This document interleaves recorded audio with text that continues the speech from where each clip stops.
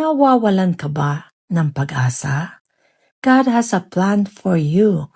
This is Lola Ellen with Faith plus Frequency, bringing faith plus renewal to your daily life. Jeremiah 29 verse 11, For I know the plans I have for you, declares the Lord. Plans to give you hope and future. Science teaches hope activates the brain's reward system, pushing us to move forward.